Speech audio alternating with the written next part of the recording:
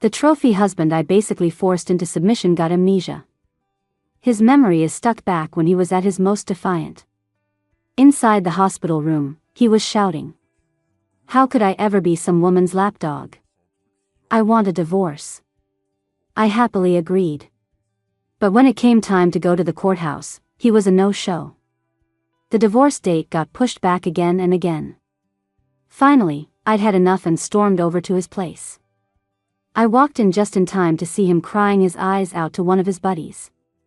Can you go file the papers for me? I'm scared if I see her again, I'll just fall for her all over again. When I got the message, I rushed over to the hospital. Before I could even catch my breath, a pillow came flying out of the room. And of course, it hit me right in the face. Luke's suicidal ranting followed close behind. No way. There's no way I'd be some woman's lapdog. Even if she were a goddess, I'd never stoop that low. Even with amnesia, there's no way I'd forget my own wife. That just means you don't love her. I want a divorce. A vein throbbed in my forehead. Clenching my jaw, I pulled the pillow off my face and clicked my way inside on my high heels. The buddies gathered around Luke's bed all froze. One by one, they plastered sycophantic smiles on their faces. Hey, you're here. Luke's a dumbass, he's got amnesia. He's just talking crazy, don't take it to heart. I'll just hit him with my car again later. Maybe that'll knock his memory back into place. Luke, having just finished his tirade, was now pointedly staring out the window.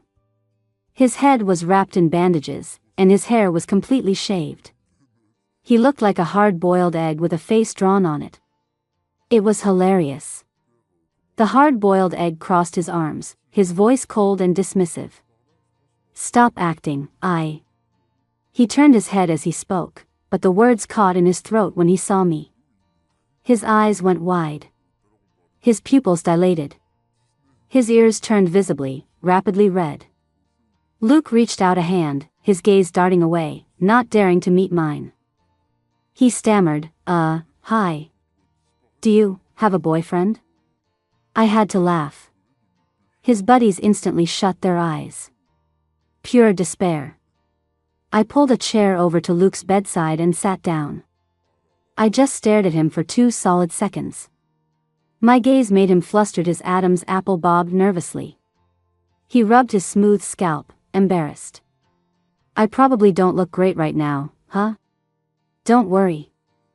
I'm really handsome when I have hair. I smiled sweetly and asked, I heard them say you have a wife.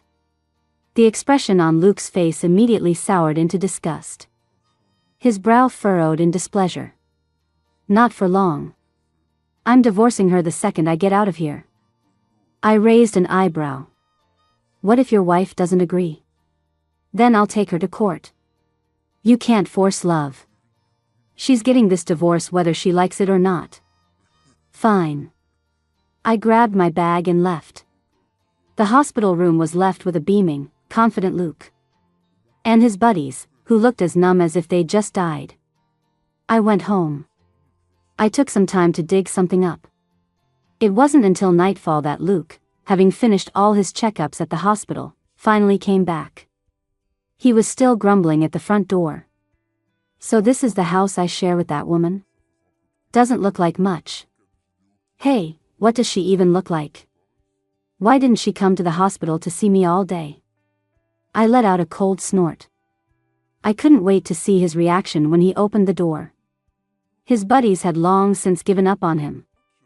They grabbed his finger, pressed it onto the fingerprint scanner, and watched him open the door before quickly making their escape. They were terrified I'd fly into a rage and take it out on them. Luke's brow was furrowed in a deep frown. He walked in, his lip curled in a sneer. Then, he looked up. Our eyes met. Luke's jaw dropped open wide enough to fit an egg. He looked both shocked and delighted. What are you doing here? Did you come looking for me? The idiot really did scramble his brains. I narrowed my eyes and asked with a smirk, want to try that again? It finally dawned on him. Shock. You're my wife? Not really. Not for long. We're getting a divorce. I slapped a stack of papers down. Take a look. Luke's face paled. He shuffled over slowly. What is this? A tyrannical contract. One I'd forced him to sign back when I was in my forcefully loving him phase. I first saw Luke in a bar. He was in college back then, classes during the day, work at night. Later that night, someone wanted him to work a little overtime, make some quick cash. He wasn't interested. He smashed a bottle over the head of some greasy old guy who was trying to get handsy. The manager told him to apologize. He wasn't interested in that either. He just stood there, a pillar of righteous indignation. Basically, a stubborn mule.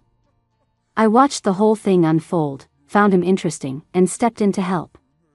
But then the kid turned around and started yelling at me, too. He said my money was dirty. You're all cut from the same cloth. I was so mad I had to laugh. Apparently, I was no different from the greasy old man who'd been harassing him. The only real differences were that I was rich, beautiful, and fundamentally a decent person, just with a terrible personality. I'd had my share of college guys like Luke, at least 3 or 4, and they were all calling me baby and honey from day one. I'd never encountered this defiant, virtuous type before. So I decided to have him, too. My methods weren't exactly clean. When Luke first moved in, he was a total drama queen, threatening to end it all every day. And he was hopelessly inexperienced in bed. Out of bed, he was even worse. I was convinced on multiple occasions that he was about to rip a bedsheet and hang himself. Thankfully, he didn't. It took a lot of work to train him into the man he became. And now he'd just forgotten it all. Well, this could be fun. Luke finally finished reading the tyrannical contract. His face shifted from green to red, then red to white, a painter's palette of emotions. Tears welled in his eyes, and his lips trembled. Were you really this awful? I nodded. Of course. Even an old-world slave driver would have to bow down to this agreement. Being on call 24/7 was just the baseline. My favorite clause was the one forbidding him from wearing underwear at home. If I caught him secretly wearing any, I'd dock his allowance. $10,000 a pop. His monthly allowance was $200,000. If he wanted to wear underwear all the time, he'd actually have to pay me. At the time, Luke's world had collapsed. The current Luke wasn't doing much better. His fingertips trembled, and his eyes, full of shattered hopes, met mine. How long did I live like this? I thought for a moment. 3 years. 3 years of him being defiant. I didn't need to mention the years after that when he was a perfectly willing lapdog. I stood up, walked over to him, and plucked the contract from his hands. Got all that? Luke shrank back, taking a sharp breath. I didn't care what he was thinking. I reached out and hooked my finger on the waistband of his pants. Luke's muscles tensed immediately. His 8-pack was practically visible through his shirt. I almost laughed. My nail deliberately traced the lines of his abs, slowly dragging down. I watched him shiver and flinch, the veins under his skin popping. A fine layer of goosebumps rose on his skin. Satisfied. I hooked the edge of his pants and pulled them away from his body. A cool draft rushed in. Luke swallowed hard. I let go. The elastic fabric snapped back against his skin. I said, "You have 1 minute. If you're still wearing underwear, you get fined." Luke's eyes went wide. "You." "Countdown starts now." He let out a yelp and bolted into his room. My fingertips tapped against the tabletop. I counted down the time, then knocked on his bedroom door. "Luke, come out." A friendly reminder, ignoring your sponsor also gets you fined. He yanked the door open, furious. His legs were twisted together unnaturally. His eyes were rimmed with red. A mix of shame and anger. He said, "You can't treat me like this." Right. That's what the defiant young man said back then, too. Interesting. I took a step forward, tilting my head up slightly to tease him. What's wrong? Weren't you just trying to pick me up this afternoon? Luke's face flushed an even deeper red. He scowled, his Adam's apple bobbing. I wanted to win you over fair and square, not. He paused. The rest of the words were practically squeezed from between his teeth. Not be your lapdog. I burst out laughing. I advanced on him, step by step, forcing him to back away. Until the back of his knees hit the edge of the bed and he sat down reflexively. I knelt on the bed beside him, looming over him. I patted his cheek lightly. But I don't need a boyfriend. I need a lapdog. Luke's breath hitched, and he whipped his head to the side. I grabbed his chin and turned his face back to me. Do you remember how to serve your sponsor? Luke tried one last desperate struggle. You can't touch me. You might want to check with your little friend downstairs before you say that. Luke glanced down abruptly, staring in shock at his own erection. His eyes were filled with the disbelief and fury of being betrayed by his own body. Oh, and a hidden flicker of anticipation. He opened his mouth, about to say something else. I shut him up. With my mouth. Luke froze on the spot. His heartbeat was so loud it was like an air raid siren. The next second, he frantically pushed me away, covering his mouth as he stumbled backward. He was beet red from head to toe. He looked like an innocent young bride who'd just been defiled. Why you can't just kiss people like that? Luke, did you get amnesia or did that fall just make you an idiot? I'm your sponsor. Disobey me and you get fined. I actually managed to pull him back and kiss him again. I wasn't so polite this time. I used my tongue.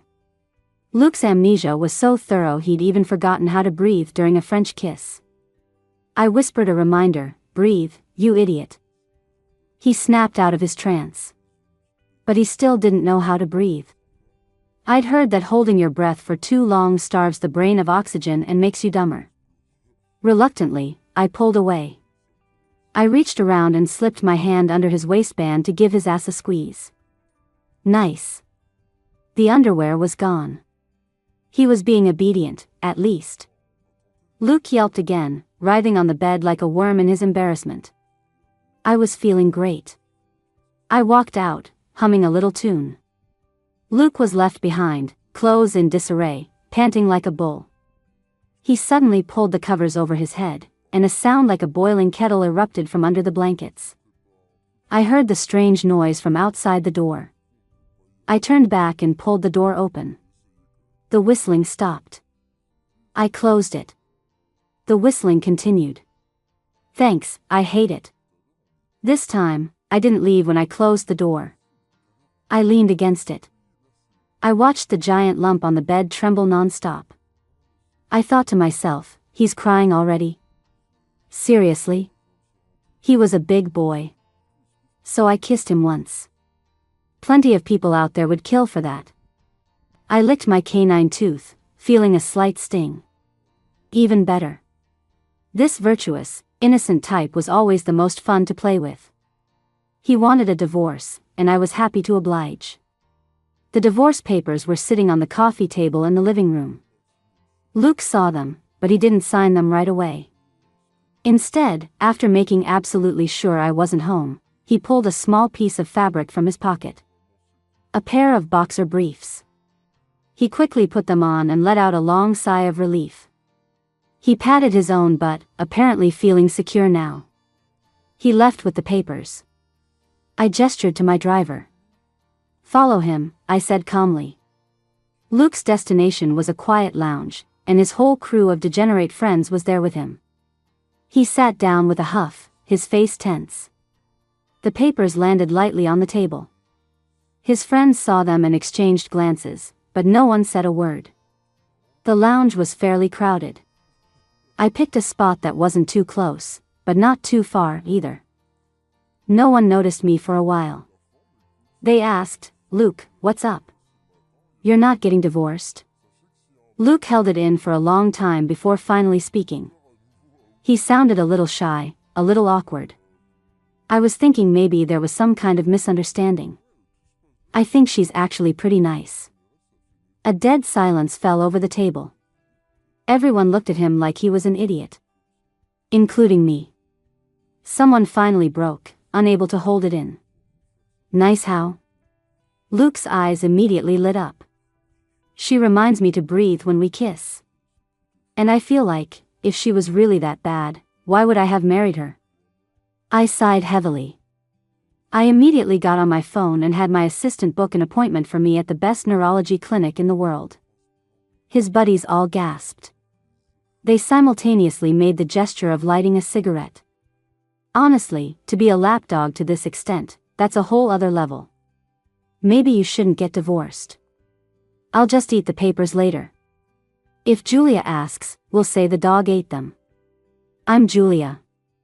Luke was not pleased with their reaction. Hey. Am I supposed to be her lapdog forever? Didn't we have any tender moments? Does her not letting you wear underwear at home count? The guy who said this had a world-weary look on his face. Then he snapped back to reality. He scanned Luke's ass judgmentally. Did you wear any when you came out today? He looked like he was about to try and pull Luke's pants down. Luke almost jumped out of his skin. I did. Boxer briefs. Gray. He clutched his waistband, looking like he was about to have a breakdown. Can we stop talking about underwear? Isn't there anything else? The others. Of course there is. No underwear at home is one thing. But she doesn't even let you wear clothes when you do chores. Just an apron. Pouncing around the house naked. It's indecent. I took a slow sip of my fruit wine. Luke had a great body. So even though we had professional cleaners, I'd sometimes make Luke do it. And just as they said, anything that shouldn't be worn, wasn't. Remembering those fine views. It made me antsy.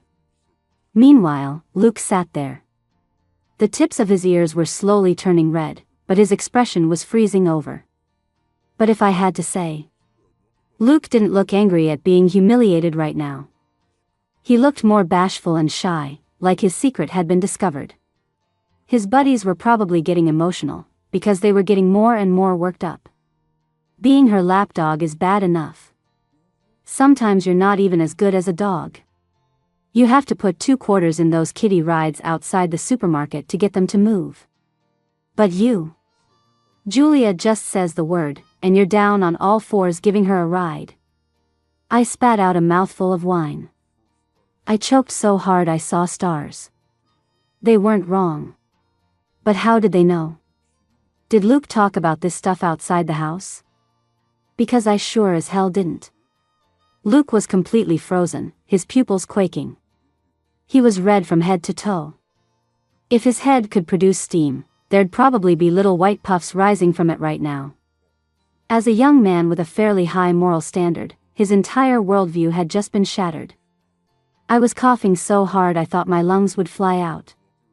I didn't hear him whisper, almost inaudibly. How embarrassing. So we get up to some pretty kinky stuff in private. A sharp, good-looking waiter kept bringing me napkins and patting my back.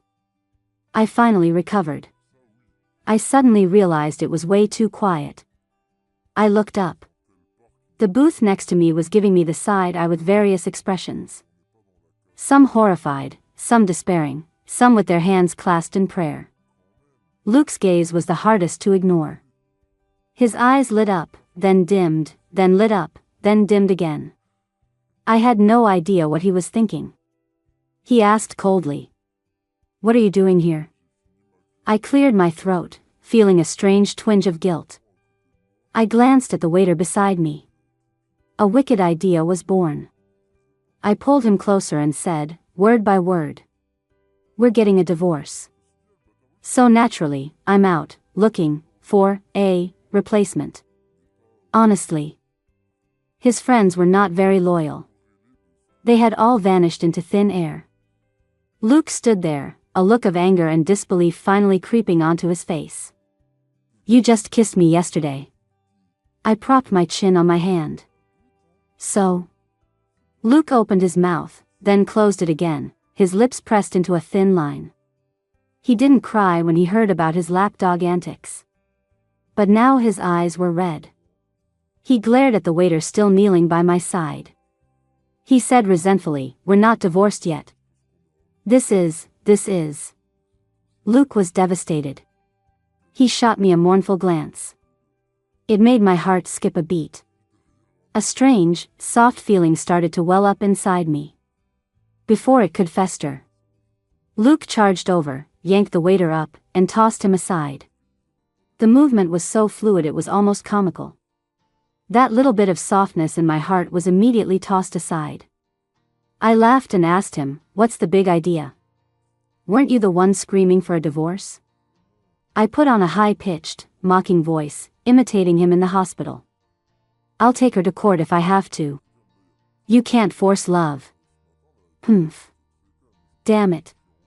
Just thinking about it made me angry. The color drained from Luke's face. He stammered, unable to form a coherent sentence. I was done arguing with him. I got up, grabbed the papers from their table, and slapped them against his chest. "Get on with it. There's a 30-day waiting period after we file. I don't have time to go to court with you." Luke clutched the 2 pieces of paper. His body swayed as if all his strength had left him. The little prude, with his memory stuck years in the past, had a lot of pride. He cared about his image, and his mouth was harder than his dick. He couldn't say he loved me. And he couldn't say he was sorry. After a long moment, he asked in a hoarse voice, "Why did we get married in the first place?" He thought for a second, then his head shot up, his gaze intense. That contract from yesterday didn't say anything about marriage. If it was just that kind of relationship. The little prude couldn't bring himself to say "I love you," but he was smart. He seemed to have found a loophole. He was desperately trying to dig up something called love. Too bad. Our marriage really didn't happen for that reason. I said flatly, my family was pressuring me, and I couldn't find anyone suitable on short notice. You were just convenient. Well. Luke wasn't smiling anymore. He gritted his teeth. Fine, I'll sign. I gave the papers to my assistant to handle. The 30-day divorce waiting period was now in effect. Out of the goodness of my heart, I gave him a ride home. You've been living here ever since you graduated college. I can give you some time. Before you find a new place. I was cut off by a strange rustling sound. I turned my head. Luke was taking off his underwear. He adapted pretty quickly.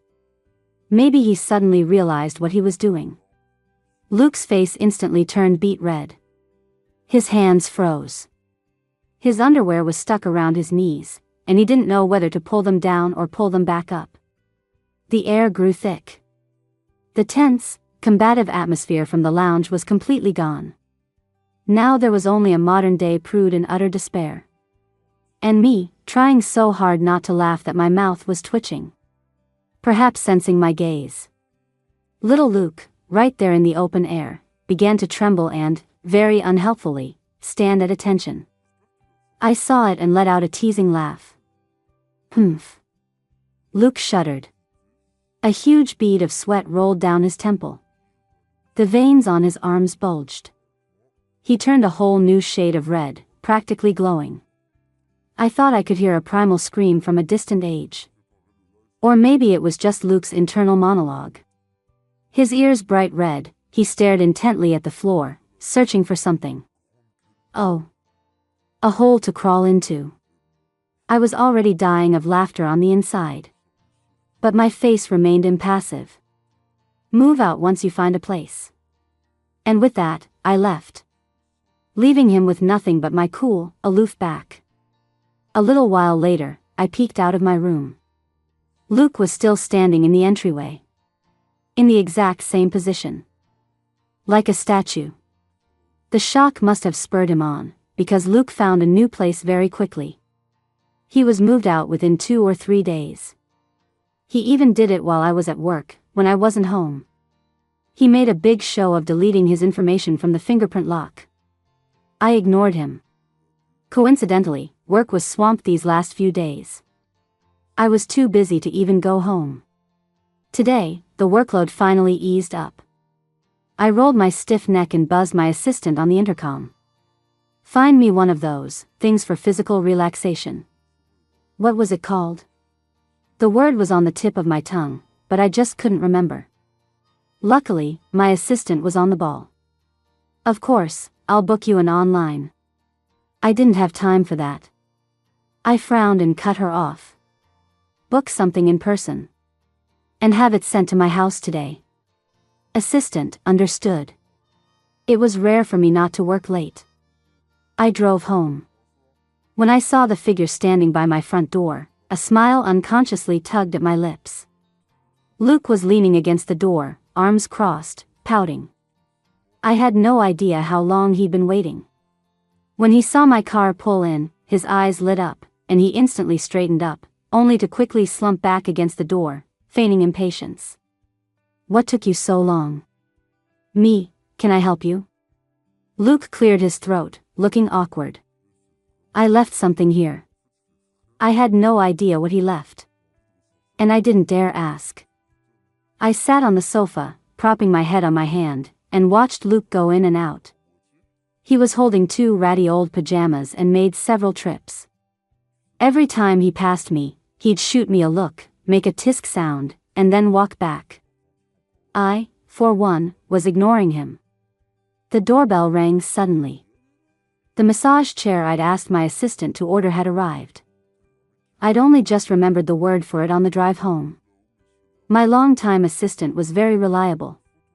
So I opened the door. And found myself face to face with a man in a pink maid outfit and cat ears. My pupils dilated in shock. What the hell? What kind of physical relaxation did you think I meant? Is this really the kind of total pervert my assistant thinks I am? Who is it? You've been standing at the door for ages. Luke peeked out from behind me, a mix of curiosity and suspicion on his face. Pupil dilation. He looked at me, then at the cat-eared man still half crouched on the ground. I instinctively wanted to explain. I had just opened my mouth. Luke gritted his teeth, his voice breaking into a sob. Julia, you're too much. You invited him over, so why did you make me come too? I had to laugh. Sometimes having a terrible personality really isn't a good thing. Seeing Luke with tears welling up in his eyes again. It just made me want to bully him more. I said with a wicked grin, what are you so worked up about? Nothing's even happened yet. What else are you planning to do? Whatever I can, I guess. Come to think of it.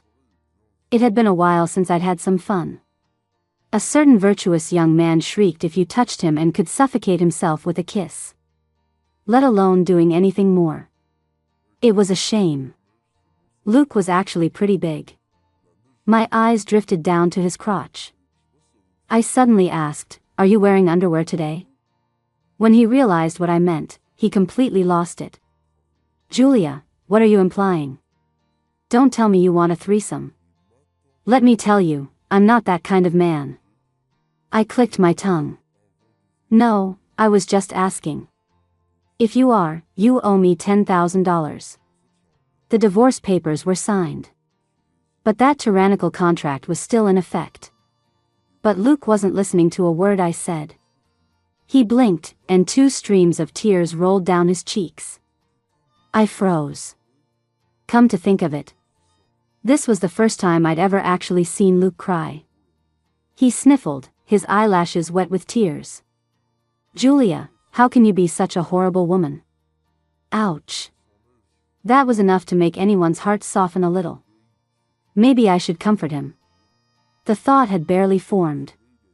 Luke reacted even faster than I did. He let out a whimper and ran for it. He was so fast, you'd think he was afraid I'd chase him. The cat-eared man in front of me batted his eyelashes and jingled the bell around his neck. Mistress, shall we begin our physical relaxation? I let out a long sigh. I went to the storage shed and found a chainsaw for trimming the hedges. I handed it to him. Go mow the lawn in the backyard. The cat-eared man in the pink maid outfit? Confused, but he did as he was told. He was in the backyard, whimpering as he mowed the lawn. I pulled up a sun lounger and watched. It was actually pretty stress-relieving. Luke disappeared again. This time, he was gone for a long time, and completely. Not like last time. He said he'd moved out, but he'd still swing by my house every now and then to make his presence known. Counting the days, the 30-day divorce waiting period was almost over. I had my assistant remind him.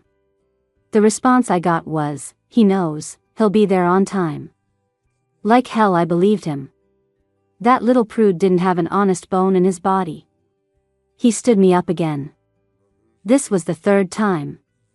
Did he think I was so bored I had nothing better to do than play house with him every day? I stood in front of the courthouse, fuming.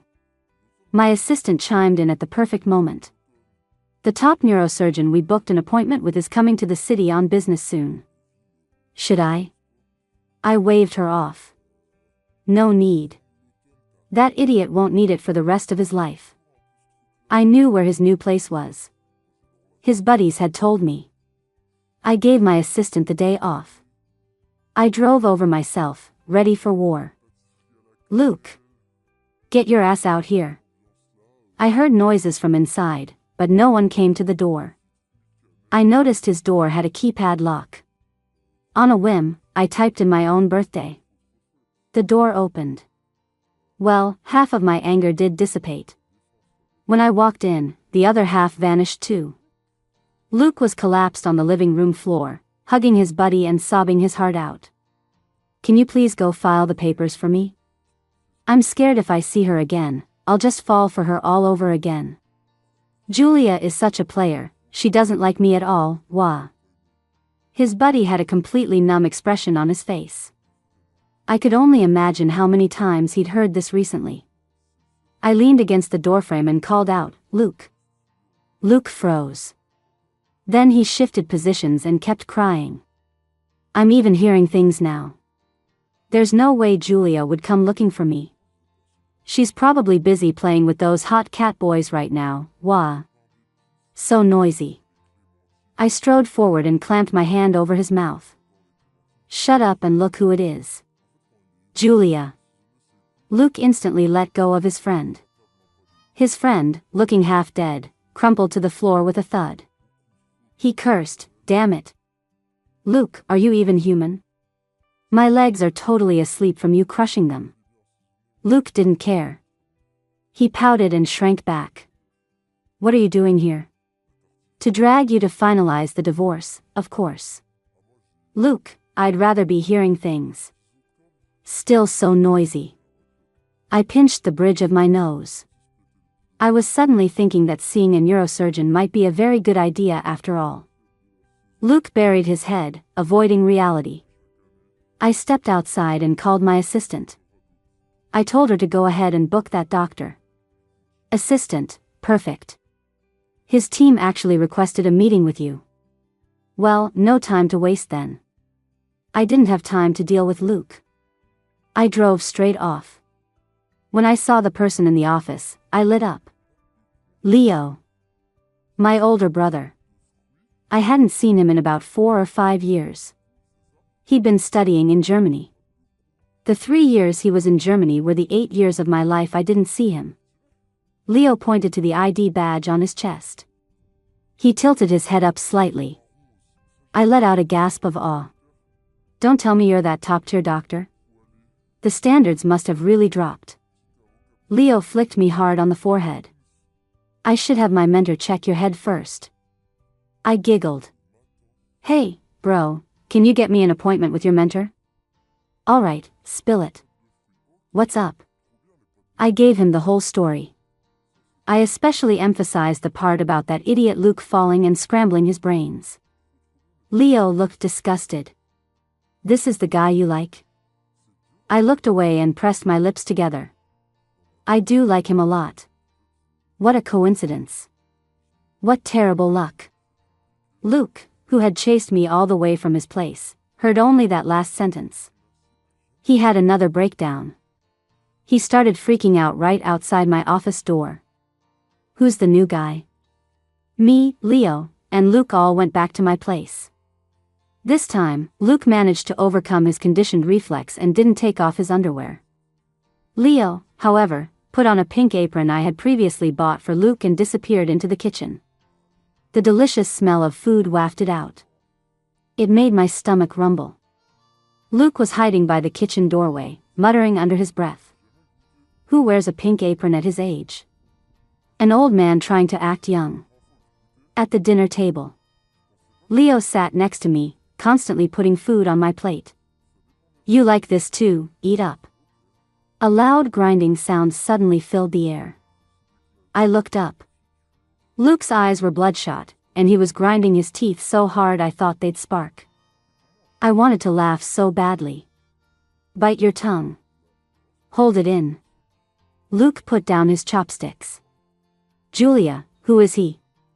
Leo answered before I could. Who do you think, Mr. Ex-husband? Damn it. Seriously. Leo's image was completely different from all the pretty boys from before. Setting aside the fact that he was my brother. An elite doctor who'd studied abroad. He was enough to make Luke feel threatened. Remembering what Leo had said earlier, that he wanted to test this silly boy. I didn't deny it. I just sat back and enjoyed the show. Luke looked Leo up and down. He said slowly, and what's your last name, Mr. Replacement? Damn it.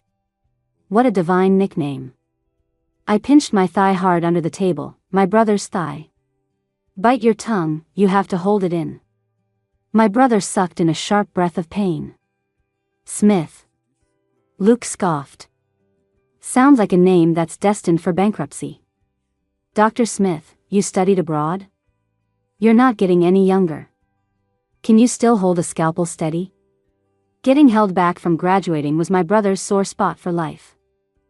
Luke had just stomped all over it. He gritted his teeth. Don't you worry about me, Mr. X. A good ex-husband should be like he's dead. Don't just show up at your ex-wife's place whenever you feel like it. Damn it. I'm not divorced from Julia yet. You will be soon. Leo smiled, his eyes curving, and put another piece of food on my plate. I learned to make this while I was abroad. See if you like it. I wanted to eat it. Luke didn't give me the chance. He was so angry he nearly slammed his hand on the table. Dr. Smith, you work hard. At your age, you should take better care of yourself.